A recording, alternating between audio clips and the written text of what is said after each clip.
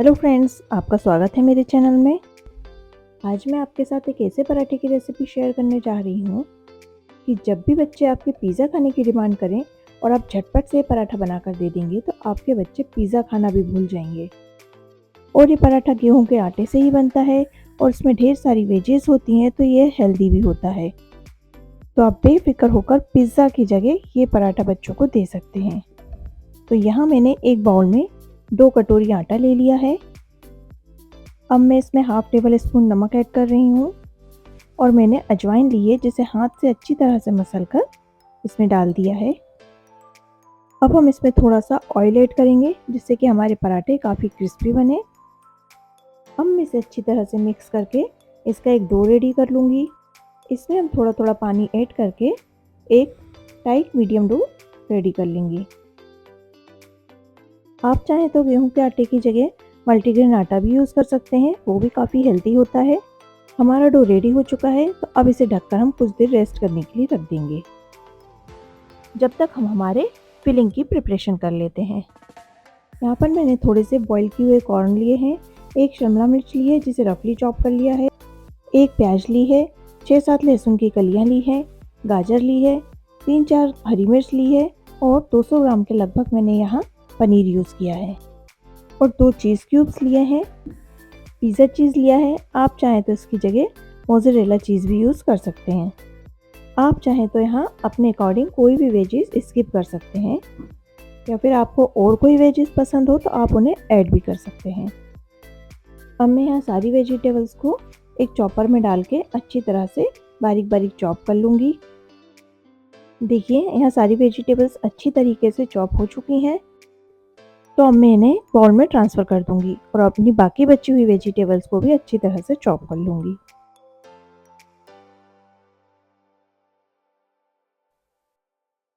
यहाँ मैंने पनीर को अच्छी तरह से ग्रेट कर लिया है।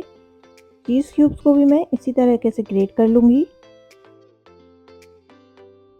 और पिज़्ज़ा चीज़ को भी अच्छी तरह से ग्रेट कर लूँगी।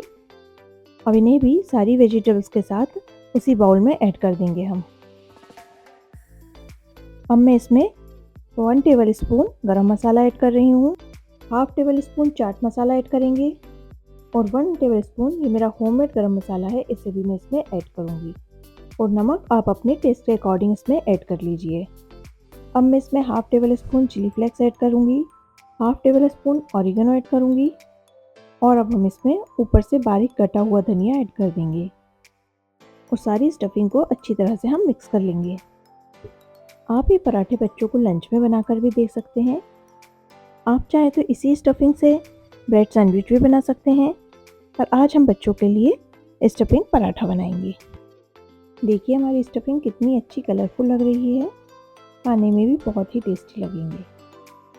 अगर आपको मेरी रेसिपी पसंद आए तो एक लाइक और कमेंट ज़रूर दीजिएगा। और यहाँ पर हमारा आटा बहुत ही अच्छी तरीके से सेट हो चुका है और अब हम इसे एक बार इस तरीके से नीट करके इसको स्मूथ कर लेंगे।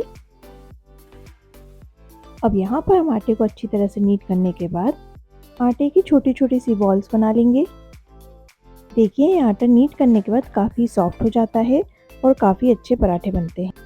अब आप इसमें थोड़ा सा सूखा आटा लगाते हुए इनकी रोटियां बेल लीजिए। हमें रोटियां बेलते समय ये ध्यान रखना चाहिए कि हम रोटियां केवल बीच से ही ना बेलें, साइड से भी इसे इक्वल तरीके से बेलें। देखिए मैंने इसे बेलते हुए इसकी एक पतली रोटी रेडी कर ली है। अब मैं इसे एक प्लेट में रख दूंगी क्योंकि मुझे इसी तरीके की एक और रोटी बेलनी है। अब हमें इस रोटी को पहली रोटी से थोड़ी सी छोटे साइज में बेलनी है। यहाँ देख सकते हैं आप कि यहाँ मेरी दूसरी रोटी पहली रोटी से थोड़ी सी छोटी है। इसी तरह हमें इसे थोड़ी सी छोटी बेलना है। अब हमें पहली रोटी में ऑयल अच्छी तरह से स्प्रेड कर लेना है, आप केवल इसकी साइड्स छोड़ दीजिएगा। अब इसके बीच में हम अपनी फिलिंग ऐड कर देंगे। यहाँ मैंने 3 to 4 tablespoon filling add करी है।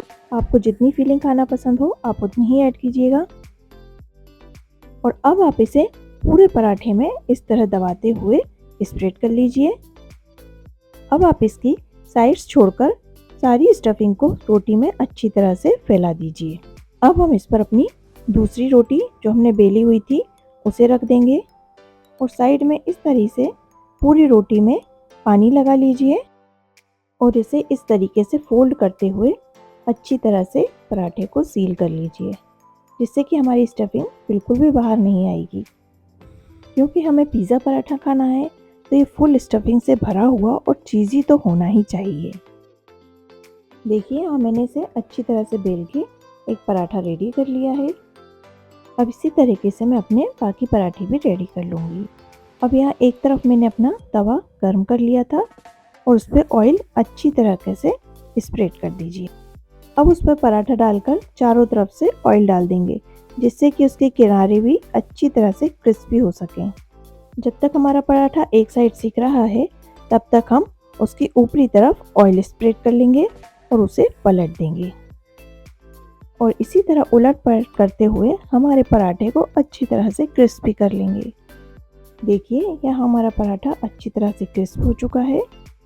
अब हम उसी तवे पर अपना दूसरा पराठा सेक लेंगे और अब यहाँ हमारा दूसरा पराठा भी रेडी हो चुका है और इसी तरीके से मैंने अपने सारे पराठे झटपट से रेडी कर लिए हैं। तो अब यहाँ हम पराठों के साथ खाने के लिए झटपट से चटपटी सी चटनी की प्रिपरेशन कर लेंगे। उसके लिए यहाँ मैंने एक पैन गर्म कर लिया है और उसमें 3-4 लाल सूखी मिर्च डाल दी हैं, 3-4 रफली चॉप्ड टमाटर ऐड कर दिए हैं और 6-7 लहसुन की कलियाँ ऐड कर दूंगी और 3-4 मिनट तक लो फ्लेम पर कुक होने के लिए छोड़ दूंगी। ये हल्का सा कुक हो जाए अब मैं इसमें हाफ टेबल स्पून नमक ऐड कर दूंगी। देखिए कुछ देर बाद देखेंगे तो हमारे टमाटर सॉफ्ट हो चुके हैं। अब मैंने ठंडा होने के बाद एक मिक्सर जार में ट्रांसफ़र कर दूंगी और इन्हें बिल्कुल बारीक ग्राइंड कर लूँगी। ग्राइंड होने के बाद अब हम इसे एक छोटे बाउल में ट्रांसफ़र कर देंगे और अब मैं इसमें 1 और 2 टेबल स्पून चीज़ स्प्रेड ऐड कर रही हूँ। आप एक बार ये चटनी बनाकर ज़रूर देखिएगा। पराठों के साथ, सैंडविच के साथ या किसी भी चीज़ के साथ ये चटनी खाने में बहुत ही टेस्टी लगती है। अब आइए यहाँ मैं आपको पराठे कट करके दिखाती हूँ। ये कितने क्रीमी, चीज़ी और टेस्टी बने हैं। ये पराठे इतने अमेजिंग बनते हैं कि बच्चे इसे रुके ही खा लेते हैं और बहुत ही मन से खाते हैं और आपको उनकी कोई चिंता भी नहीं होगी कि हमारे बच्चों ने कुछ अनहेल्दी खाया है। देखिए मैं आपको इसकी स्टफिंग अंदर से दिखाती हूँ, कितनी चीज़ी लग रही है और हर तरफ इक्वली स्प्रेड हुई है।